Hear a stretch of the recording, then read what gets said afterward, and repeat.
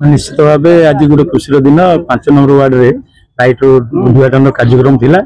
उद्घाटन कार्यक्रम रे हमर 5 number ward councillor Monalisa Sahu उपस्थित थे और प्रतिनिधि युव नेता प्रभाव साहू थे एवं पाखरे 1 नंबर काउंसिलर विजय कुमार जेना थे और 4 नंबर काउंसिलर कुंटिया बाबू थे। वार्ड समस्त माँ भूमि मैंने उपस्थित थे, युवक मैंने थे, गुरुजन मैंने समस्त आज निश्चित खुशी दिन में अभिनंदन शुभेच्छा जनाऊँ।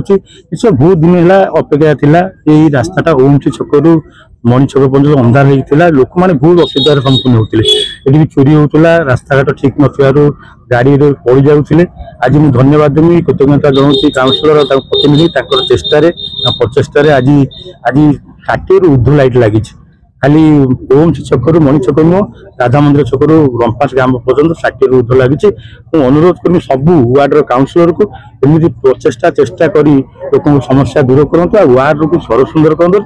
वार्ड यदि सरसुंदर है निश्चित भाव व्यासनगर सरसुंदर हम आउ समस्त अभिनंदन शुभेच्छा मोर वक्तव्य शेष। धन्यवाद। नमस्कार, Monalisa Sahu Vyasanagar municipality ward number 5। निश्चित भाव में बहुत खुशी लगुच। बहुत दिन आमर लाइट समस्या जहाँ भी थिला आज पूरण हो। धन्यवाद जनइबी व्यासनगर म्युनिसिपालिटी चेयरपर्सन को सहयोग आम कम वार्डवासी निश्चित भल पाइबा जो सपोर्ट रही आमको सेटा ही प्रेरणा दूसरी आमको ये सब कम करने भल पाइबा आसवा समस्त वार्डवासी प्रेम थे मुझे आगामी दिन में आहरी भल भल एमती कम करने लगी 60 ऊर्ध्व लगी आम ओएमसी छक रु पूरा 5 नंबर वार्ड जो रंपास गाँ अच्छी भर पर्यटन लगी लाइट।